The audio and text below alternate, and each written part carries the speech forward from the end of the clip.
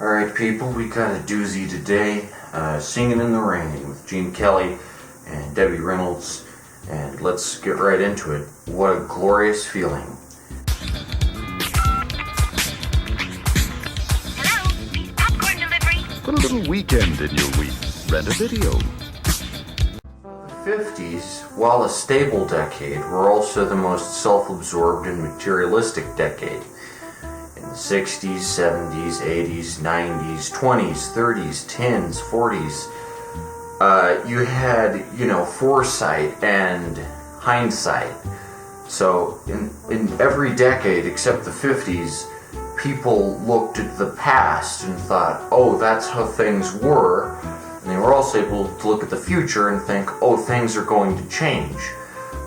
But the 50s were so materialistically stable, and after the war, everyone just coming home, buying shit, and it just felt like this is how things are, this is how things are supposed to be, it's never gonna change, it's gonna be this way forever.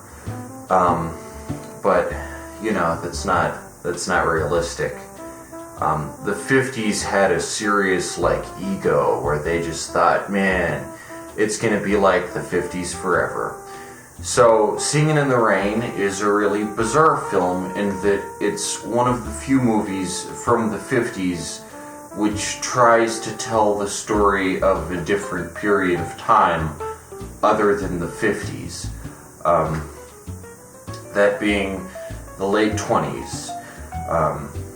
So this obviously is a precursor to that artsy movie, The Artist, which came out a few years back, also about the transition from silent movies to talkies. My comic Sam Palooka, Who the Hell Is He?, also tells the exact same story of the transition from silent movies to talkies. I'm not accusing The Artist or my comic of ripping off Singin' in the Rain, just that it's a very common story, a very common trope. And, it's an interesting development in film history. So, Singin' in the Rain is one of the first movies to, take a look at Hollywood's, inner workings, as it were. It has a lot in common with the Coen brothers movie, Hail Caesar, which I bring up a lot, mainly just because it's a good movie. Hail Caesar has a lot in common, so I'd say you could probably make them a double feature if you're into that. I think Hail Caesar is a better movie. You might be controversial, so let me explain here why I think Hail Caesar is a better movie. Hail Caesar, a 2010s movie, does a way better job of looking, sounding, and feeling like a 50s movie than Singin' in the Rain does of looking, feeling, and sounding like the 1920s.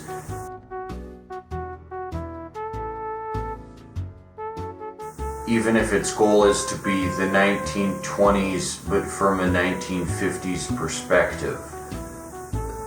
This movie is so anachronistic, and it's such a weird hodgepodge of styles and fashion from the two decades that are completely different. A lot of temporophobes who hate times before where they lived will accuse the 50s and everything before it of being the old days, the racist old times where everyone was angry. But that's really unfair to the 20s, which were a cool decade. Flappers are epic, the Charleston, and you got pre-code Hollywood where there's no censorship and you can have tons of criminals and prostitutes and a bunch of risque shit, and you look at, a pre-code Hollywood movie like Public Enemy or whatever, and you're like, holy shit, this was the old days? F yeah, awesome, bomb sauce. But of course this was produced under the Hays Code, so it's censored and toned down. So all the cars and sets are relatively period accurate. You don't see a 50s car, obviously. You're not gonna see any Edsels in this. So much of the fashion is wrong. Like, they're wearing fedoras, which were like not even like in the least like common in the 20s. Like these big like fedoras. And at one point one of the guys wears a straw boat hat, which, you know, is a 20s type hat. But that's only as part of a vaudeville performance. Also, all the dresses that the female characters wear are like shiny. Like, nobody's dress was that shiny back in the 20s. That's a 50s thing, all that artificial polyester and... For the 24 hours a day. So, it's about the, you know, the transition from silent movies to talking movies. Honestly, I have no idea why talking movies didn't happen earlier than they did, because film existed and recording existed all the way back in like 1900.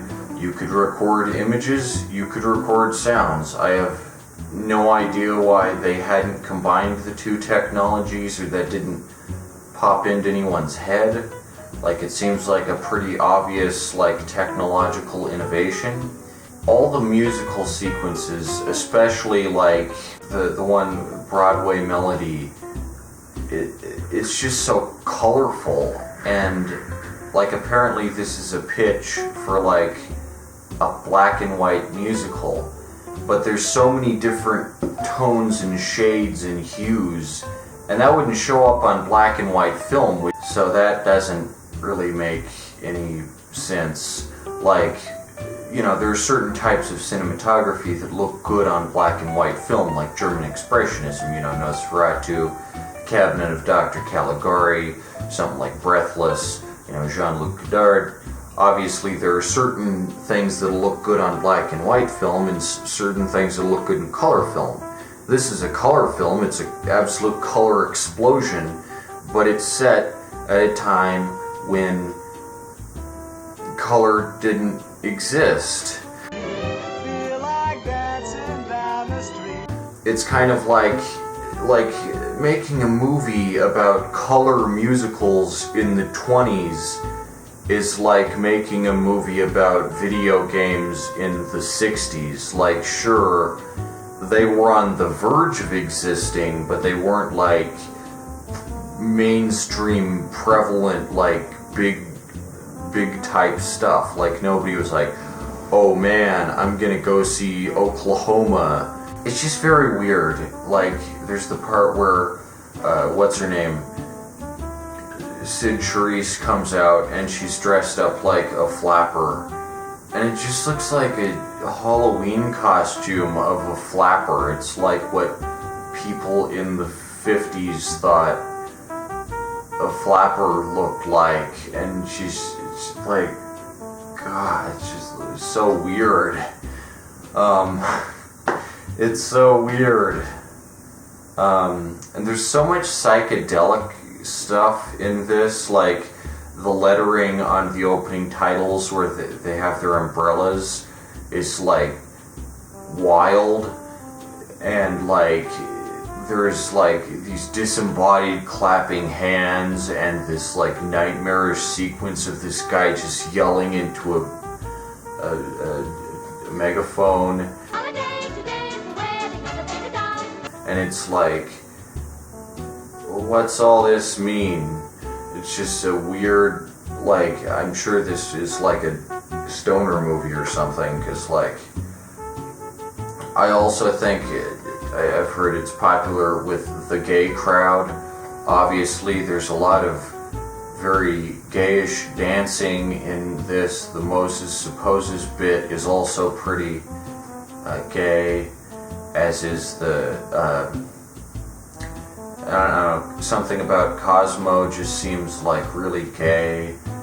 He's never shown with the woman. He feels kind of like the third wheel of this friend bunch, and Gene and Debbie are obviously straight, but like, I don't know. So, I'm not saying Donald O'Connor's gay, I'm just saying maybe the character of Cosmo Brown is gay. And brunettes that are hard to resist. So, like, this is the 50s idea of how the 20s were. And you just have so many things that are just like completely out of their time. Like, Singin' in the Rain. The song was not invented by this musical. It was already around since 1929. It had already happened like 2 decades earlier, roughly, over 2 decades earlier. So the basic idea is that at the end, Lena is supposed to be singing in the rain, and they get the orchestra to sing Singin' in the Rain, or play Singin' in the Rain, and the orchestra guy the conductor is just like, oh, Singin' in the Rain, I know that one. Singing in the rain. In what key? Like he just knows it. Except this movie is set right after the release of The Jazz Singer, which is 1927. So this would be like 1928 at the latest. And so it'd be impossible for this orchestra guy to just know Singin' in the Rain, because it didn't exist yet. It didn't exist until 1929. There are lots of songs from the 30s in this, which is just bizarre. The only 2 original songs are Make 'Em Laugh and Moses Supposes, and one is based on a tongue twister, and one is just, they say it sounds a lot like another song from another musical. I wouldn't say that. I think Make 'Em Laugh is a pretty original song, but that's really saying something, right? That like the song the movie is named after isn't even an original song. That's pretty bonkers. That's pretty out there. Like I said, the 50s just make the 20s look bad. Like, with the 50s, you just see this icky hyper-consumerism and just conformist attitude, and it was a yucky decade. But the 20s were pretty dope. They're pretty fun. The 50s wasn't a progression from the 20s. It was more like a dark age, like a regression. They smoked so much. Nobody smoked this much in the 20s. There weren't that many tobacco ads back then. It's only once you get with the 50s and this hyper-consumerism that you see so much smoking. And here's a fun little bit of trivia.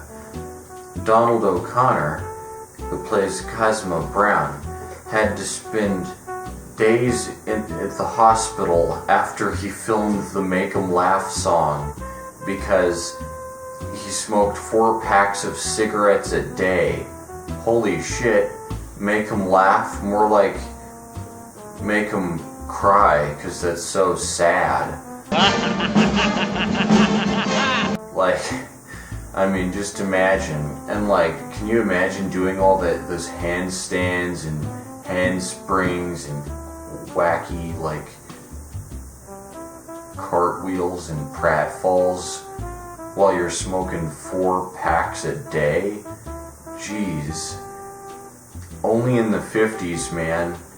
That wouldn't have happened in the 20s. People knew they had to keep their body in shape if they wanted to dance or shit, The other thing that could be said about this musical is that none of the songs are that catchy.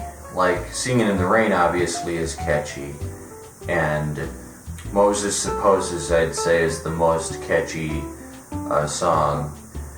But the other songs, none of them are solid bangers like you got with The Music Man or The Sound of Music, or heck, some people say this is the best musical. It's an okay musical, it's fine. All the songs are interspersed really cleverly in there, and they all relate to the plot in some way, but they're fun.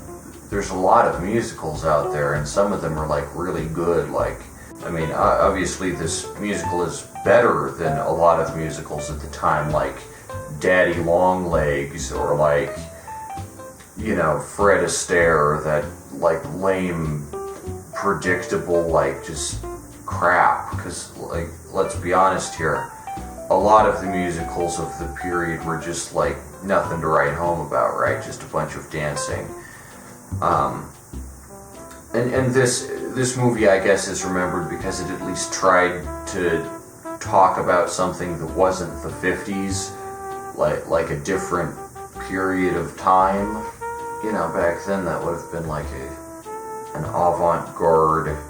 But at the same time, this isn't like Guys and Dolls. Like, when I think Guys and Dolls, I think like, man, there's some serious like hot jams in like Guys and Dolls, like the oldest established permanent floating crap game. You know, that's like a jam. Like I can, that's a slick tune right there.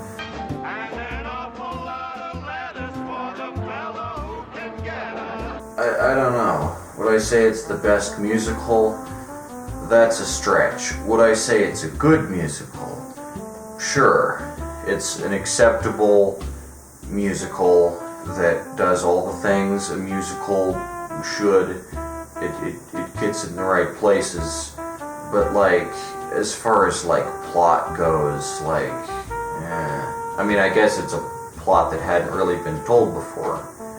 And prior to this, there really wasn't a movie about Hollywood and about film production that did it to the extent Singin' in the Rain does. But at the same time, it's not very technically like it's technically impressive in that all the dancing is like so choreographed and everyone's so colorful and spruced up, and the sets are just like mind-bendingly gorgeous. But at the same time, it's not like The Red Shoes or anything. And also, they get so much stuff about the 20s just like flat out wrong. Like the silent movie bits. Like, they're funny, sure. The Royal Rascal is a gosh darn funny name for a movie. Like, The Royal Rascal. But the silent movie parts don't look real. They don't look like actual silent movies filmed on real black and white film reel. They just look like they've had some weird like blue effect put on them. And I like, this is crazy to think about, but the silent movies in Three Amigos are actually more convincing than the silent movies in Singin' in the Rain. Like, just think about that for a minute, right? That's like legitimately weird that like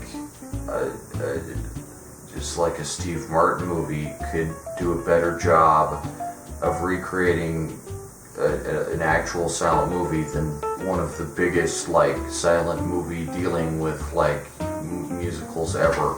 For all I say this is anachronistic, and I say it's not the best musical. I like Hairspray more, heck. But I'm not gonna hate on Singin' in the Rain. It's a good song, and if Gene Kelly hadn't been dancing to it, it probably wouldn't have been fondly remembered. And this movie does kind of revitalize a lot of old classics and jazz standards, and it's a fun movie. You pop it in, you'll have fun. Maybe your immersion might be broken by all these weird inconsistencies, and the orchestra leader is like, yeah, Singin' in the Rain, the song that won't exist for 2 more years. Yeah, I know that one perfectly. But I mean, you know, back in the 50s, people didn't have Wikipedia, so nobody questioned this stuff much. But Lena Lamont's good. I do like the idea of that, you know, there's a silent movie star and she sounds like total ass in real life, and that's a smart plot. I like it. It's a good way of making a fun premise that, you know, it's good at establishing a conflict into it. And her performance is really nice, as is Debbie Reynolds, and I mean pretty much everyone. I mean, all the character, and like it's so lavish. It's like an extravaganza. It's a very indulgent treat of a musical. It's like a box of a big box of caramel stuffed marshmallows. Yeah, I'd suggest it. Should you watch it? Sure. It's a fun movie. You won't regret having watched it. But at the same time, is it the best musical? Nah. Does it deserve to be called like one of the best of the 50s? Maybe, actually. It tries a lot of things that a lot of movies of the 50s wouldn't even dare. Like, it tries to be funny and interesting, which a lot of 50s movies aren't. So that's nice. But, I mean, it's just weird. They're transported onto this surreal, infinite plane that looks like something Salvador Dali came up with, and it's weird.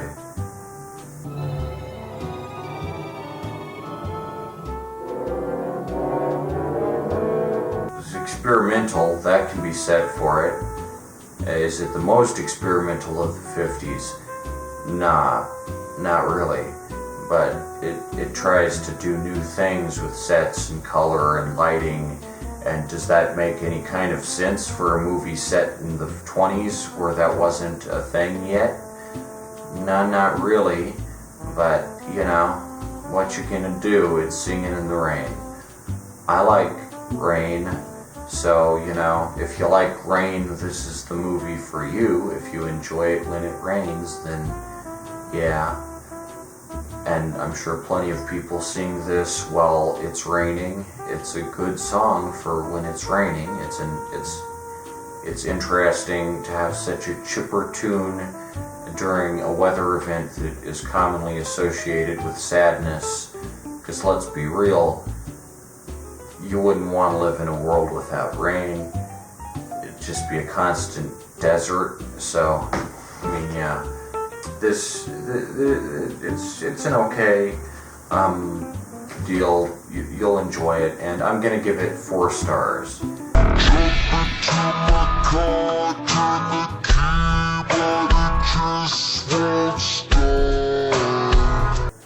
Not even 4.5, but that's just because it's not my kind of movie, really. And like, if you're a classic film buff, you might be into it, or you might regard it as overrated, and, you know, understand that it has a lot of problems with its temporal logic, and it's not like the 20s. It's so not like the 20s. I can't like, there's some interesting bits in here, like where one of the party goers is like, hey, I bet someone's hiding behind the screen, and they're not synchronizing the video with the audio, you know, fun little bits like that. Like, they try and say something about the time in which the movie is set, but it's so 50s. Like, I don't know, it'd be a couple more years before I think movies started being able to represent periods of time during which they didn't, you know, they weren't made. Like, I think it's hard to get a historical movie right, especially when you're living in a society that doesn't really learn from its mistakes. And the 50s, man, what just a decade of debauchery, and like, not the fun kind, like the corrupt and seamy kind. So, yeah, 4 stars. If, you know, some people give this 5 stars, and I can understand that. It's a fun, well-produced romp of a movie, but I gotta say, you know, nothing to write home about this. Heck, it's better than La La Land, at least. There's so many movies that are way better than La La Land.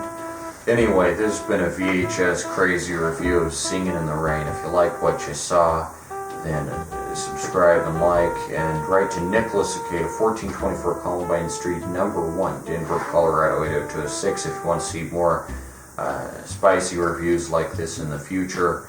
I got plenty of VHSs left to review, so it's going to be a fun time. Sayonara, suckers.